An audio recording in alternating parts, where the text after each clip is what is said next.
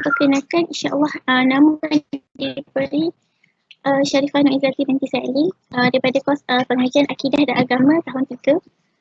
InsyaAllah Alhamdulillah dapat lagi kita pada minggu ini meneruskan program Akidah Intellectual Discourse kali ke-7.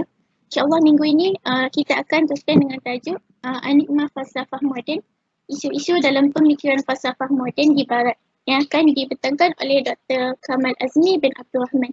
InsyaAllah tanpa membuang masa, saya persilakan Doktor untuk meneruskan pembicaraan.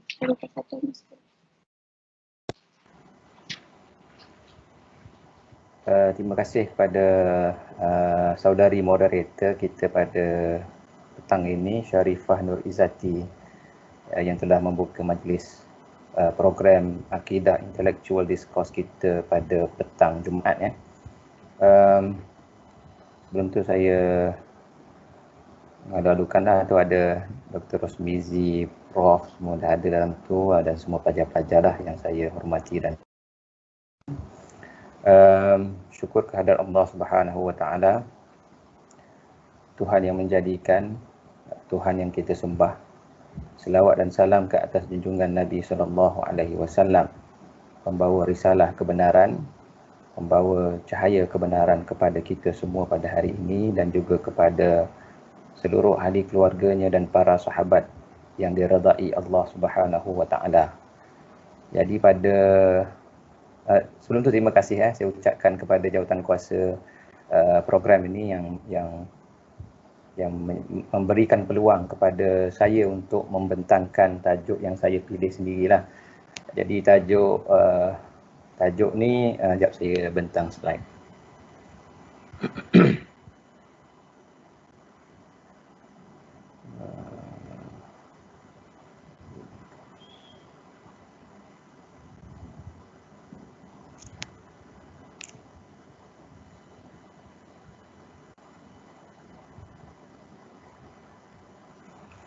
Boleh nampak Nampak Doktor. Okey. Jadi tajuk yang saya pilih pada petang Jumaat ini adalah Enigma Falsafah Moden. The Enigma of Modern Philosophy. Jadi tajuknya tu nampak macam macam besar lah kan, macam sedap lah nak disebut kan, ada perkataan enigma pula kan. Tapi sebenarnya pembentangannya biasa sajalah, dia ibarat pengantar sahaja kan. Kita bincang secara surface saja berkenaan dengan falsafah moden ni, dan juga beberapa kritikan dan pandangan. Jadi kemungkinan sepanjang pembentangan ni mungkin ada beberapa perbincangan tu dia mungkin hadirin audien hari ni dah maklum. Cuma kita buat revision je lah kan. Dan kalau ada apa-apa yang tak betul, boleh terus tegur lah Dan enigma ni kalau tengok dalam kamus dia macam satu misteri misteri. Jadi falsafah tu sendiri adalah misterius kan, satu yang misteri. Apatah lagi bila kita melihat kepada falsafah moden. Jadi falsafah moden di sini adalah falsafah biasanya kalau sebut falsafah moden ni adalah merujuk kepada falsafah moden di barat. Jadi dia lebih misteri lah kan, sebab sesuatu yang lahir di barat dan dia adalah alien lah, satu benda yang asing dalam tradisi Islam. Jadi oleh kerana itu ada tajuk kecil yang saya letak di situ. Jadi kita fokus kepada beberapa isu dalam pemikiran falsafah moden di barat. Baik. Jadi sebelum kita pergi secara mendalam atau bukan secara dalam, maknanya kita sentuh kepada isu-isu tu, kita lihat dulu sejarah falsafah ataupun pembentukan masyarakat moden di barat. Jadi kehidupan masyarakat ataupun kehidupan kita ni adalah satu garis panjang kan. Maknanya dia ada permulaan, dia ada pengakhiran. Itu menunjukkan bahawa kita ni adalah makhluk Tuhan. Kita dijadikan oleh Tuhan. Kalau tiada permulaan garisan dan tiada pengakhiran, kita bukan makhluk. Itu hanya Tuhan yang abadi. Jadi sebagai manusia, sebagai masyarakat, sebagai pemikiran ni produk manusia juga. Dia dijadikan. Jadi dia ada permulaan, ada pengakhiran. Cumanya permulaan itu kalau kita lihat dalam falsafah ni, sekadar yang direkodkan tu, nanti saya ceritalah. Mungkin ada sebelum tu, mungkin ada lagi tapi tak direkodkan. Jadi kalau kita tengok satu garisan tu, jadi falsafah moden tu di situ. Maknanya dia bermula pada 1500, lebih kurang mungkin ada beberapa pandangan yang berbeza, mungkin ada kata 1400 pun dah mula, dan dia berakhir pada 1900 ataupun hujung 1900 gitulah. Ada beberapa pandangan tapi saya ambil yang umum lah. Jadi kalau 1500 tahun dahulu ataupun 1900 maknanya tak jauh lah daripada kita ni. Dan kemungkinan besar pemikiran kita yang ada pada hari ini dipengaruhi ataupun dibentuk oleh pemikiran yang lahir pada zaman moden. Begitulah juga beberapa sub-bidang dalam pendidikan, dalam sains sosial juga banyak dibentuk oleh falsafah moden. Oleh kerana itu, subjek falsafah moden ni dia sangat penting untuk kita menelaah ataupun kita cuba lihat perbincangannya. Jadi sebelum sampai kepada falsafah moden ni, kita kena lihat dulu apa yang ada, apa yang berlaku sebelum tu. Sebab sesuatu bentuk pemikiran, falsafah yang lahir itu dia adalah reaksi kepada apa yang berlaku sebelumnya. Jadi sebab tu sejarah tu penting. Jadi dulu ramai antara kita mungkin pelajar tak suka sejarah. Saya dulu pun tak suka sejarah. Sebab apa? Sebab kita belajar sejarah tu kita tak tahu sebabnya apa. Dan kita hanya melihat kronologi peristiwa tu satu persatu. Tapi kalau kita melihat sejarah itu adalah punca, faktor yang menyebabkan kepada satu fenomena berlaku, sejarah menjadi satu perkara yang baik, yang interesting, yang menarik. Jadi begitulah, kalau kita lihat falsafah moden ni dan kita lihat apa yang berlaku sebelum tu, maka kita rasa nak tahu apa yang berlaku di barat sebelum kelahiran falsafah moden. Jadi kita pergi awal sikit. Kita bukan pergi sebelum falsafah moden, kita pergi lebih daripada tu lagi. Sebab apa? Sebab kalau kita belajar sejarah falsafah barat, biasanya kita akan melihat kepada zaman klasik barat, iaitu merujuk kepada pembentukan falsafah Yunani. Itu yang saya sebut tadi, maknanya sekadar yang kita tahu seperti mana maklumat sejarah yang direkodkan, biasanya dia bermula daripada falsafah Yunani. Tapi taklah bermaksud sebelum falsafah Yunani itu tak ada apa-apa bentuk pemikiran ataupun tamadun. Mungkin dah tentu ada. Tetapi kita ambil apa yang direkodkan lah, bermula pada zaman klasik Yunani. Jadi zaman ni bermula pada 625 Masihi sehingga 300 sebelum Masihi. Jadi lama ni kan, ribu-ribu tahun yang dulu. Sebelum Masihi, kita sekarang zaman Masihi. Jadi zaman falsafah Yunani ini zaman klasik yang mana telah melahirkan pemikiran, satu ketamadunan yang hebat dan banyak pemikir lah, banyak pemikir. Kita kalau belajar tamadun Islam, kita akan lihat banyak tamadun Islam itu dibentuk macam mana dan banyak pemikir-pemikirnya kan, Ibn Sina, Al-Ghazali, Al-Khawarizmi, Al-Kindi dan lain-lain. Zaman falsafah Yunani klasik pun begitu juga, melahirkan banyak tokoh kan. Jadi antaranya adalah Thales of Miletus dan juga Pythagoras kan, Pythagoras. Kalau matematik dia ada teorem Pythagoras kan. Pythagoras ni matematik lah, geometri kan. Jadi itu nama yang agak janggal lah. Tapi kalau kita membaca ketamadunan Yunani, kita akan menjumpai nama inilah. Dan selepas itu, yang lebih terkini, selepas tu lahirlah 3 trio kan, ahli falsafah Yunani yang hebat, yang terkenal, iaitu Socrates, Plato, Aristotle. Boleh dianggap bahawa tiga ahli falsafah ni telah membentuk satu pemikiran falsafah Yunani yang penting lah.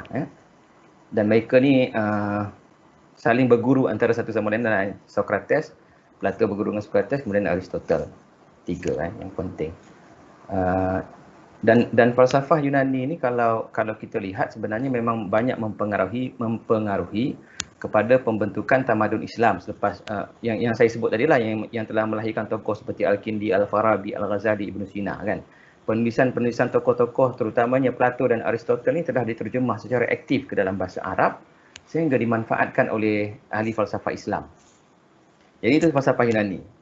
Jadi selepas falsafah Yunani ni, zaman Yunani ni dia ada beberapa zaman lagi, tetapi kita skip zaman tu, kita terus lompat sikit kepada zaman pertengahan, yang dipanggil medieval age kan. Jadi pada abad 800 sehingga 1000 Masihi. Jadi falsafah di barat waktu itu dibentuk oleh falsafah Kristian, falsafah apa dipanggil Maknanya falsafah itu dihubung jalin dengan ajaran Kristian, teologi Kristian. Jadi lahir juga tokoh-tokoh yang penting, banyaknya Saint padri-padri lah kan, Saint Thomas Aquinas, Boethius, Saint Benedict, Saint Augustine kan. Jadi ini antara tokoh lah, ada banyak lagi yang lain. Dan pada zaman pertengahan inilah yang Barat itu diselubungi oleh zaman yang dipanggil zaman gelap. Di dalam tamadun Islam sedang mengalami satu kegemilangan dari segi tamadun dan intelektual dan akademik kan. Tapi kalau di Barat waktu itu sedang mengalami satu kejumudanan, terkebelakang lah jika dibandingkan tamadun Islam.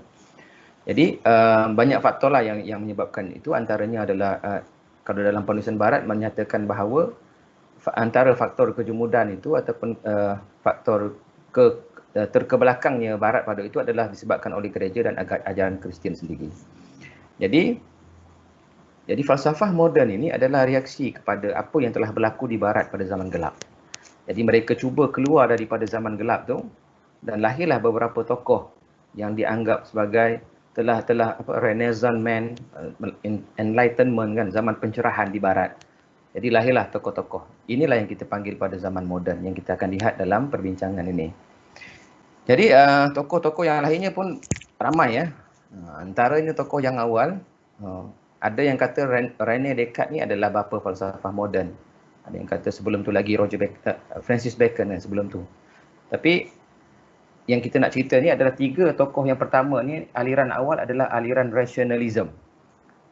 Rasionalisme kan. Jadi aliran rasionalisme ni diwakili oleh tiga tokoh utama ni lah, René Descartes, Spinoza dan Leibniz. Jadi mereka ni meyakini bahawa akal manusia adalah sumber utama bagi pengetahuan. Akal adalah sumber utama bagi pengetahuan. Kemudian lahir tiga tokoh yang lain pula, iaitu Locke, Berkeley dan Hume. Jadi mereka tiga tokoh ini melawan aliran tadi. Kalau Descartes, Spinoza dan Leibniz kata rasional ataupun akal sumber utama, Locke, Berkeley, Hume kata bukan akal, bukan rasional, tetapi pengalaman manusia dan juga panca indera adalah sumber pengetahuan yang utama. Jadi akal dia kata tak ada apa-apa, akal ni kosong. Akal tu terisi bila mana panca indera menanggapi apa yang ada di luar. Itu kata mereka bertiga. Kan? Kemudian datang tokoh lain pula, Immanuel Kant. Kan? Jadi Kant ni antara tokoh yang cuba mengharmonikan dua aliran bertentangan tadi. Kan? Kemudian datang lagi tiga yang lain. Antaranya Comte, Bentham dan John Stuart Mill. Kan?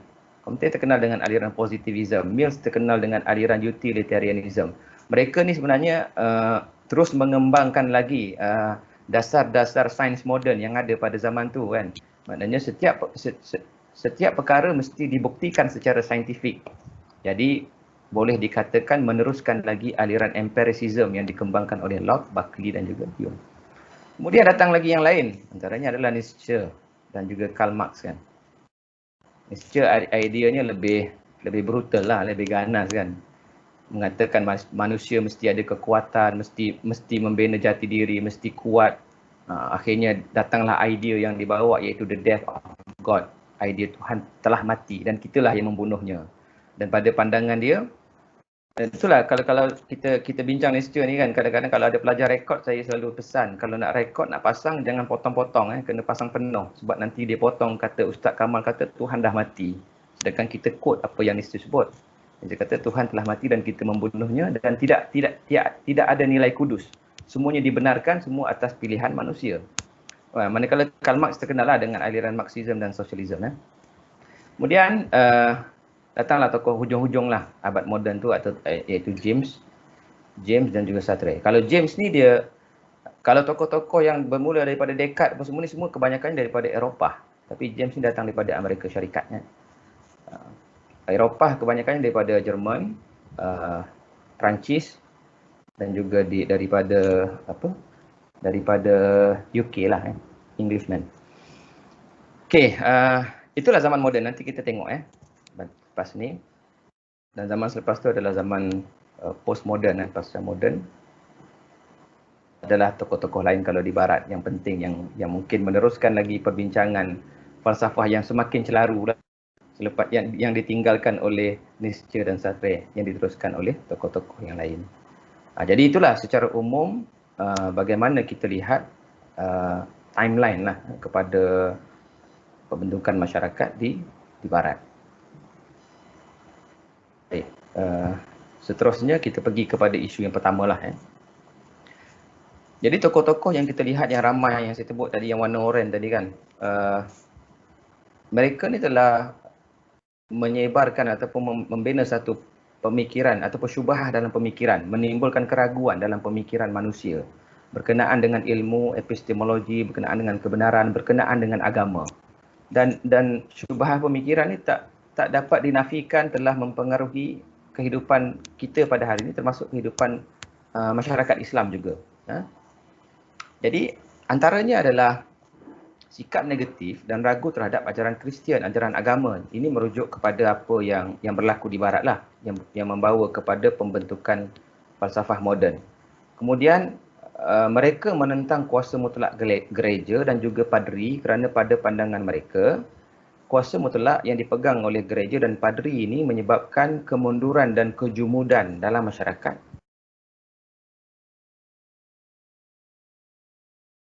Barat. Masyarakat barat harus membebaskan diri mereka daripada kongkongan agama dan juga gereja.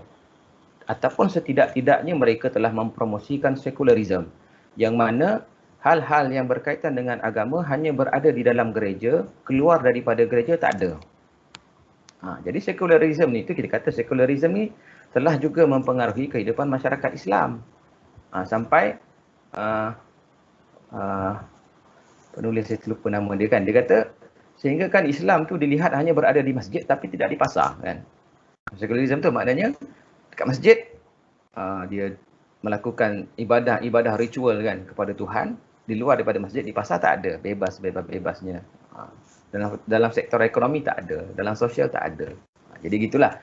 Dan ada juga dalam kalangan orang Islam sendiri yang menganggap bahawa kita sekarang ni pun berada dalam keadaan kemunduran juga kan. Kejumudan ilmu juga, dan kita orang Islam ni adalah golongan pengguna. Kita mengambil produk-produk daripada barat, kurang penyelidikan, kurang penciptaan produk-produk baru, tak ada kan, mundurlah ya. Jadi mereka menganggap bahawa kemunduran dan kejumudan yang berlaku dalam alam Islam ni adalah kerana kongkongan agama juga, dan kongkongan golongan agamawan. Jadi mereka pun mengkritik dengan mengambil konteks yang berlaku di barat. Nah, ini yang kita kata syubhah pemikiran yang lahir kan, dan perbandingan yang dilakukan itu tidak tepat sebenarnya. Dan golongan barat juga, masyarakat barat ataupun falsafah moden ini berpegang kuat dengan akal dan deria manusia sebagai sumber utama pengetahuan. Jadi bila masyarakat barat menolak ajaran Kristian, mengkritik agama, mengkritik gereja, membebaskan manusia daripada agama, jadi manusia ni secara nalurinya memerlukan satu benda, satu panduan untuk mereka pegang. Jadi dengan ideologi humanism yang lahir di barat ya, berpusat kepada manusia, maka mereka berpegang dengan kekuatan yang ada pada akal dan deria untuk mentafsir, untuk menjadi sumber kepada pengetahuan. Dan mereka telah memperkasakan manusia, menjadikan manusia kuat, melahirkan satu perasaan ingin inquiry kan, semangat ingin cuba, ingin cari, ingin kaji. Untuk apa? Untuk capai kepuasan material di dunia, untuk jadi kaya, untuk memberi manfaat kepada dunia. Jadi kan sedangkan dalam Islam, kalau kita kata berkenaan dengan akal dan deria, Islam iktiraf akal dan deria, tetapi sumber utama pengetahuan ataupun bukan semua pengetahuan yang diperolehi daripada akal dan deria. Banyak pengetahuan ataupun ilmu itu, terutama berkaitan dengan kepercayaan ataupun perkara-perkara gaib, datang daripada nas, daripada wahyu. Dan akal dan deria itu dari segi hierarkinya berada di bawah lagi kepada wahyu kan. Nanti kita akan lihat ya. Dan berkenaan dengan kepuasan memperkasakan manusia ni, kita tak memperkasakan manusia dari segi material saja, kita memperkasakan manusia dari segi material dan spiritual. Dan manusia bukan mengejar apa yang ada di dunia saja, tetapi juga mengejar apa yang perlu untuk mereka di hari akhirat kelak. Jadi di sini worldview pemikiran itu telah menjadi tidak betul. Kemudian ilmu sains kan, ilmu sains telah dipromosikan ibarat dengan sains tanpa spiritual ataupun tanpa Tuhan. Lahirlah ideologi seperti naturalism. Kan? Seperti idea-idea Darwinism kan, evolutionary theory kan. Manusia berevolusi kan. Secara semula jadi, tidak ada pencipta, tidak ada Tuhan kan. Tauhid tak ada. Tiada ilmu yang dianggap mutlak. Tak ada ilmu yang dianggap absolut. Semuanya adalah relatif, subjektif dan individualistik kan. Maknanya apa pun maklumat yang sampai kepada kita, kita berhak untuk memilih apa yang betul, apa yang salah. Dan orang lain tidak ada hak untuk menyatakan apa yang telah dipilih orang lain itu salah kan. Maknanya kalau saya ataupun kita sebagai contoh pensyarah, rakan-rakan pensyarah kan, kita ada bagi panduan kepada pelajar seperti begini-gini, pelajar kata tak, saya sebegini. Saya tak ada hak untuk menyatakan bahawa itu adalah salah, kerana kebenaran ilmu itu bersifat relatif, subjektif dan individualistik. Setiap orang mempunyai hak untuk menentukan apa yang baik, apa yang benar dan salah kepada mereka. Itulah pluralisme yang cuba dipromosikan di barat. Dan perkara-perkara ini juga telah mempengaruhi kehidupan masyarakat Islam pada hari ini. Jadi daripada apa yang disebutkan di sini, maka lahir macam-macam ideologi yang bersarang dalam kehidupan masyarakat orang Islam pada hari ini. Sebab apa? Sebab mereka rasa dengan ideologi-ideologi itu mereka boleh jadi maju, boleh jadi terkehadapan, boleh meninggalkan kemunduran yang ada pada kehidupan mereka hari ini. Antaranya materialism, secularism ni pun dah sentuh tadi kan. Kemudian pluralism. Pluralism ni merujuk terutama kepada pluralism agama lah. Itu lagi masalah berkait dengan akidah. Ada relativism. Ini pun sama tadi lah. Relativisme, humanisme, kemudian skepticism, skeptisisme, yang mana sentiasa meragukan kan. Datang satu perkara dia meragukan. Ragu ni bukan tak boleh kan. Skeptical ni boleh, tapi dia kena pada tempatnya. Yang jadi masalah skepticism ni, dia jadi satu ideologi yang mana meragukan semua benda. Semua benda, termasuklah contohnya kebenaran Quran contohnya kan. Termasuklah betul ke hadis ni datang daripada Nabi, ataupun betul ke hadis ni sebagai sumber hukum Islam, ataupun sebenarnya dia adalah tradisi masyarakat Arab semata-mata. Ini lahir dalam pemikiran golongan orang Islam seperti yang diwacanakan dalam kumpulan anti hadis kan. Kemudian lebih teruk daripada tu adalah golongan seperti agnosticism dan atheism kan. Akhirnya tidak bertuhan lagi. Kita buang je agama, buang je Tuhan kan. Itu. Nak cerita tentang skepticism ni kan. Dulu saya pernah ada pengalaman mengajar di satu universiti swasta kan. Swasta. Kebanyakan yang belajar di situ semua non-Muslim lah. Tapi dalam satu kelompok pelajar non-Muslim tu ada 2 orang Islam lah. Jadi bila ada 2 orang Islam, maka dia kena ambil subjek wajib, subjek pengajian Islam kan. Di dalam 2 orang tu, seorang pelajar perempuan tu mix. Mak dia daripada Penang, bapak dia daripada Belanda kan, daripada Belanda. Jadi dia ni memang tak tahu langsung pasal Islam. Pergi ke kelas pun dia pakai seksi pergi kelas kan, dia tak kisah pun kan. Kalau dulu ada juga yang reti hormat kan, bila masuk kelas menjadi Islam dia pakailah kain sopan, atau kadang-kadang bertudung sebenarnya dia free hair kan. Ada tentu. Tapi yang ni memang tak kira, dia pakai je pakaian yang seksi dia tu. Dia masuk dalam kelas. Seorang lagi lelaki ni orang Malaysia lah, dibesarkan di Malaysia, ada asas-asas agama. Tak bolehlah baca Fatihah. Kalau yang macam perempuan tadi memang tak boleh langsung baca Fatihah. Semayang pun dia tak tahu. Bahkan dia cerita dia peminum wine, dia kata. Bertahap tu. Cuma saya nak cerita yang lelaki ni dia banyak membaca dan dia telah menimbulkan keraguan dia kepada perkara-perkara yang ada dalam rukun iman, iaitu kepercayaan kepada hari akhirat. Jadi pernah tanya dalam kelas, dia tanya, "Sir, saya ataupun orang Islam ni, kita berusaha kan, kita melakukan sesuatu, kita berkorban dalam kehidupan dunia kita ni untuk memperoleh akhirat." Kan dia kata gitu. Dan akhirnya kita mati. Apa akan jadi, sir, kalau selepas kita mati tu rupa-rupanya akhirat tak ada, dia kata. Boleh pula rupa-rupanya akhirat tak ada. Jadi tak ke pengorbanan yang telah kita lakukan atas dunia tu sia-sia, dia kata. Contoh kita puasa, sir. Kita puasa, kita tinggalkan makan dan minum siang, sedangkan makan dan minum tu adalah nikmat atas dunia kan. Tapi bila kita mati rupanya akhirat tak ada kata. Saya pun terkejut kan. Datang daripada mulut golongan muda yang ada di Kuala Lumpur pada hari ini. Jadi pelajar-pelajar yang ada di USIM mungkin kan, ataupun kita-kita yang ada di sekitar Islamic environment, kawan-kawan kita pun semua yang faham Islam, kita mungkin rasa tak ada kan, surrounding kita selamat. Tapi sebenarnya apa yang berada di luar tu rencam kan, macam-macam yang ada. Dan siapa yang bertanggungjawab untuk ajak mereka atau memberikan mereka pengetahuan yang betul ni?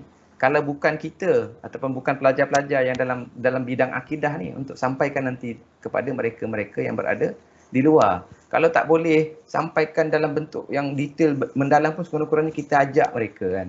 Ataupun kita tanya orang yang tahu dan sampaikan apa yang sepatut mereka faham. Okey, kesimpulannya kan, apa nak nyatakan di sini adalah semua ideologi bahkan termasuk agama Kristian sebenarnya adalah buatan manusia hasil daripada pengalaman sejarah. Tengok jam sekejap, takut lama sangat. Okey. Jadi, ideologi-ideologi ini adalah buatan manusia kan. Dan bahkan ajaran Kristian sendiri telah mengalami evolusi untuk disesuaikan dengan keperluan masyarakat barat moden pada hari ini, ditambah dengan macam-macam elemen. Dan dia adalah ciptaan manusia yang berdasarkan kepada pengalaman sejarah mereka, terutama pengalaman sejarah yang berlaku pada zaman sebelum tu, zaman gelap. Jadi tu, yang pertama, penyebaran syubhah pemikiran. Kemudian yang kedua adalah masalah epistemologi dalam kerangka pemikiran moden falsafah barat. Jadi sebenarnya apa yang mereka promosikan terutama berkenaan dengan epistemologi ini dia sama je. Dia adalah pengulangan tentang apa yang telah berlaku dalam masyarakat barat sejak zaman klasik lagi, zaman Yunani.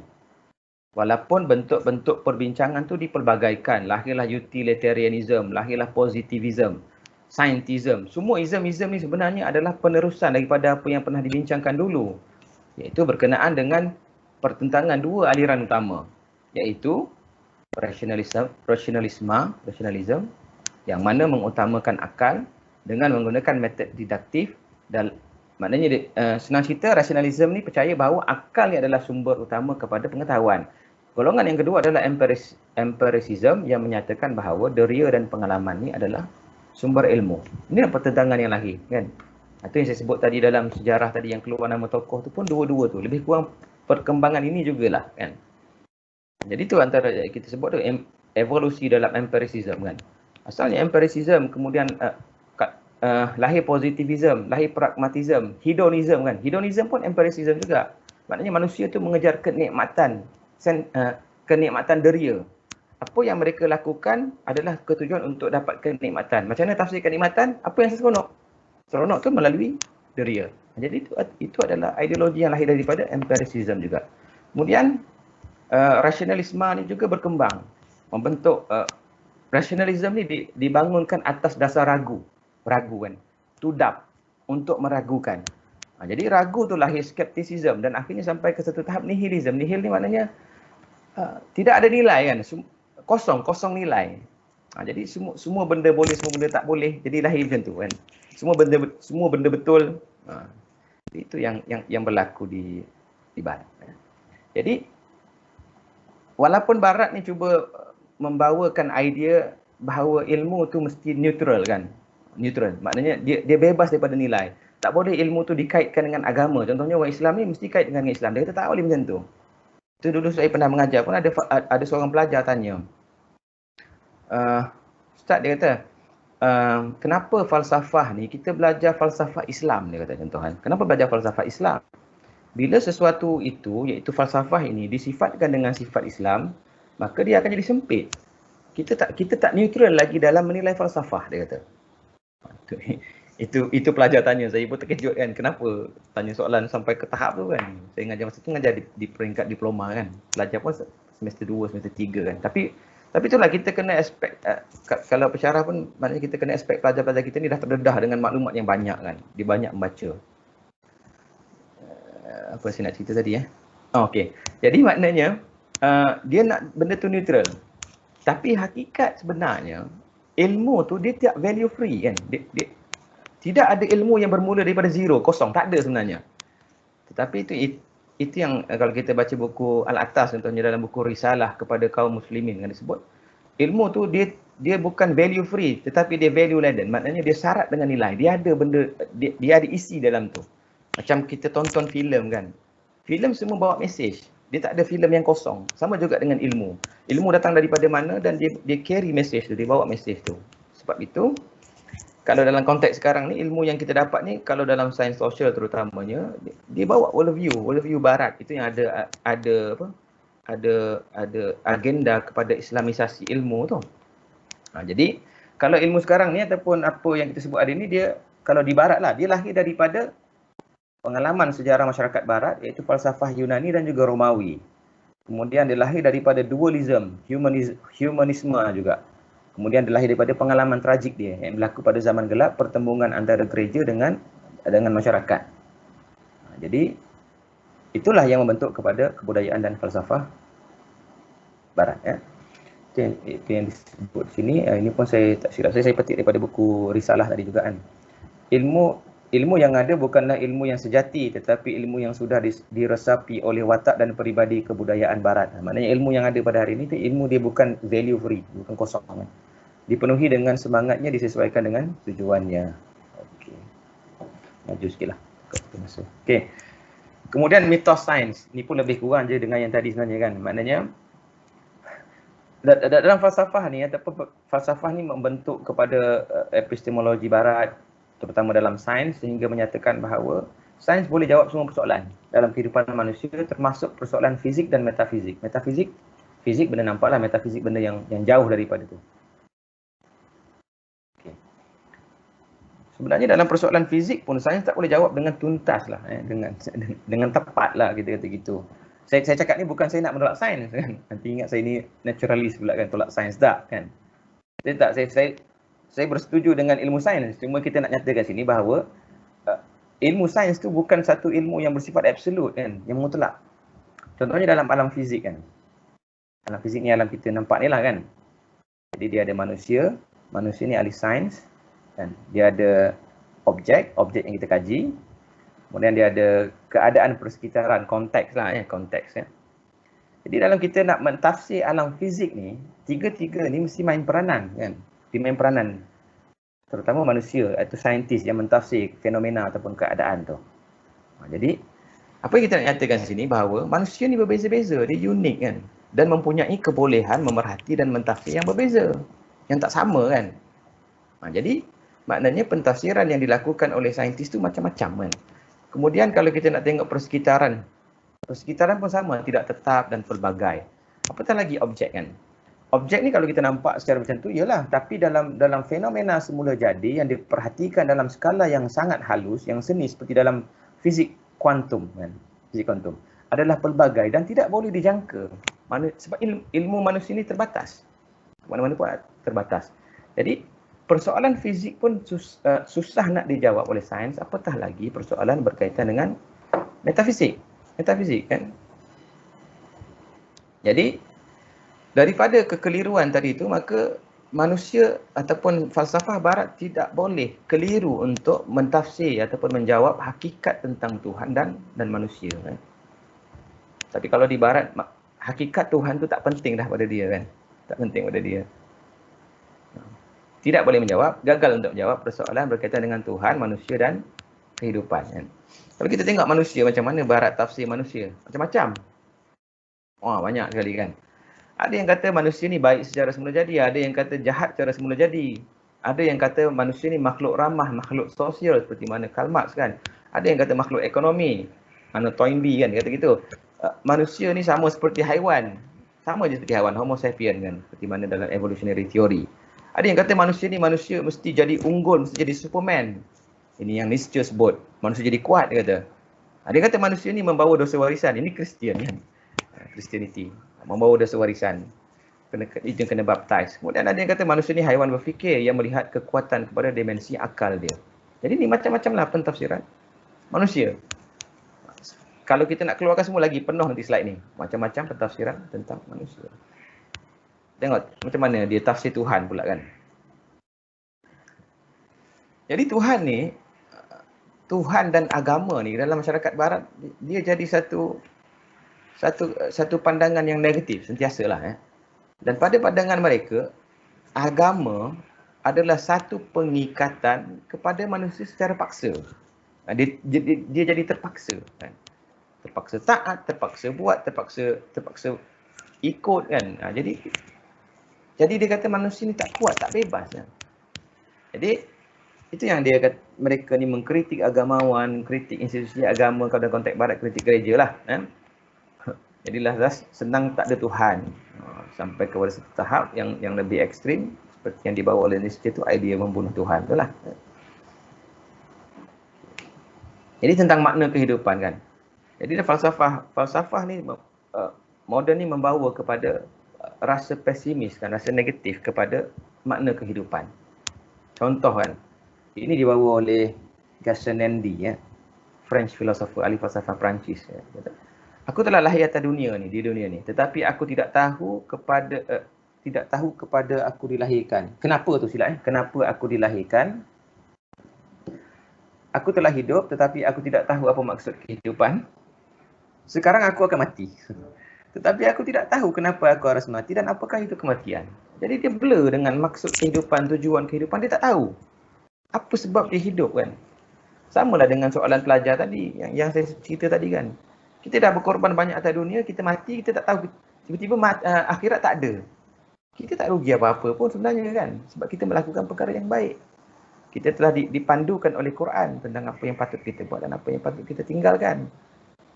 Kemudian, ini yang saya ambil daripada satu buku, tapi saya tak pasti dia daripada tokoh yang mana. Dia kata, mereka ni menyalahkan ibu bapa yang telah melahirkannya di dunia yang terdapat banyak masalah yang masih belum ada jawapan. Jadi dia rasa macam, kenapalah aku ni terbebankan untuk fikir banyak perkara kan. Kenapa aku dilahirkan? Kenapa aku yang kena fikir semua ni? Banyak lagi jawapan yang tak ada lagi dan aku kena buat. Sangat pesimis kan. Ini antara sastrawan Indonesia kan. Hidup hanya menunda kekalahan. Menunda kekalahan ini pada kata hidup macam anjing lah apa semua kan. Yang ditulis oleh Khairil Anwar ni, sastrawan Indonesia. Tapi karya-karya dia, sastra dia diangkat. Baik, ini kekeliruan tentang hakikat manusia dan Tuhan. Okay. Jadi ni antara kritikan-kritikan terhadap falsafah lah, falsafah barat terutamanya, yang saya ambil daripada buku Wacana Falsafah Barat karangan Abdul Rahman Haji Abdullah ya. Profesor Abdul Rahman Haji Abdullah ni banyaklah tulis buku tentang falsafah ni dan pemikiran ya. Jadi dia kata mereka tidak sedar bahawa ilmu tersebut telah membawa mereka kepada hakikat manusia, tidak membawa mereka kepada hakikat manusia dan Tuhan. Maknanya mereka ni rasa bahawa mereka telah faham hakikat manusia dan hakikat Tuhan, tapi sebenarnya tidak. Sebenarnya kita masih melihat mereka berdebat tentang isu ini dalam perbahasan sophisticated yang mengelirukan. Kita nampak macam sedap didengarkan, tapi sebenarnya dia mengelirukan dan ianya tidak memberikan apa-apa manfaat dan sumbangan sekalipun. Kata dia lah. Kemudian daripada Nukib Al-Atas ya, Profesor Ulung, risalah untuk kaum muslimin. Buku ni pun baiklah untuk kalau nak dibaca kan. Tapi beratlah kan, buku dia kadang-kadang panjang dia punya teks ni, kita kena fahamkan. Kebudayaan barat berteraskan kepada falsafah dan bukan kepada agama, menyebabkan hilangnya keyakinan dalam jiwa mereka. Apa yang ditegaskan hanya bersandarkan kepada teori, akal dan nazari. Sama lah ni kan, teori, nazari.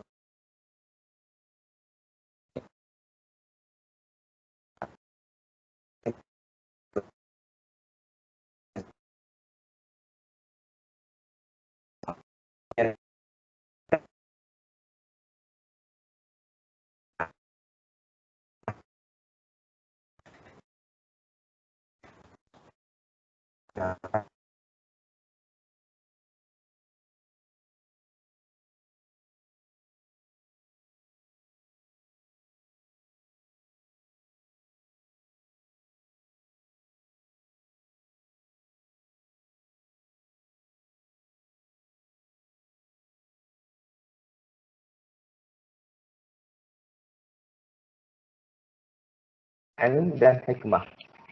Tak ada masalah. Falsafah kalau nak mencari hikmah, mencari hakikat dengan menggunakan ilmu dan hikmah, tak ada masalah. Walau bagaimanapun, jika akal dan pengalaman sahaja yang digunakan sebagai metodologi untuk mencari ilmu dan kebijaksanaan, adakah ianya masih falsafah atau ianya adalah kepalsuan ataupun falasi?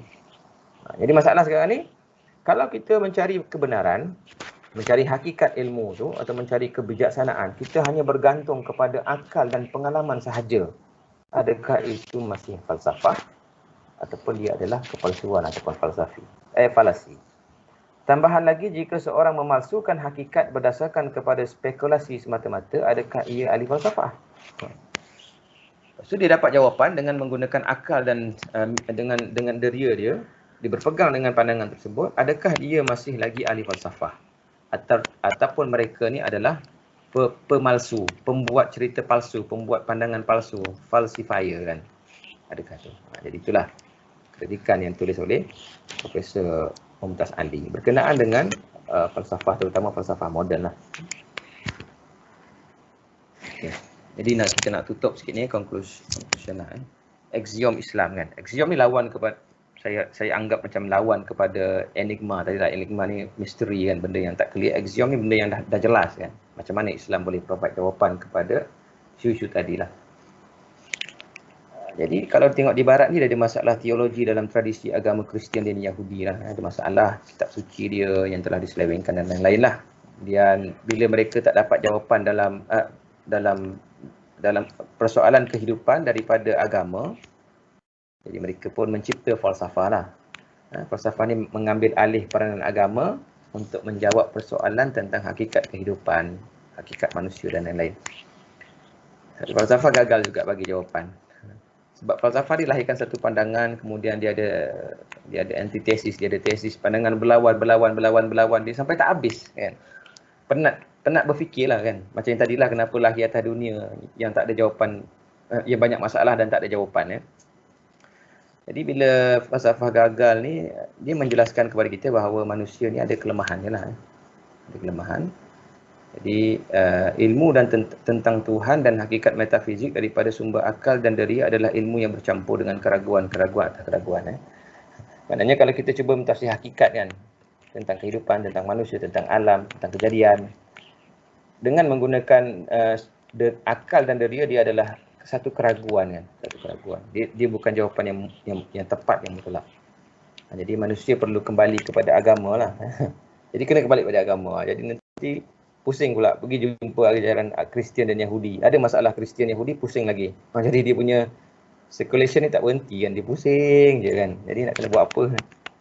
Jadi oleh kerana itu, pergolakan dalam agama dan ekstremisme menjelaskan bahawa manusia perlu kepada kesederhanaan kan. Kalau dalam ajaran Kristian ni ada macam-macam ekstremisme, ada pergolakan, perbahasan tak habis. Jadi kena ada kesederhanaan, keseimbangan seperti mana yang ada dalam akal dan wahyu, yang ada dalam ilmu dan amal, yang ada dalam fizikal dan spiritual. Supaya kehidupan kita ni pun seimbang juga, berjaya atas dunia, berjaya di hari akhirat. Dari mana kita nak dapat pengalaman agama yang sederhana tu? Dalam Islam lah, dalam Islam. Jadi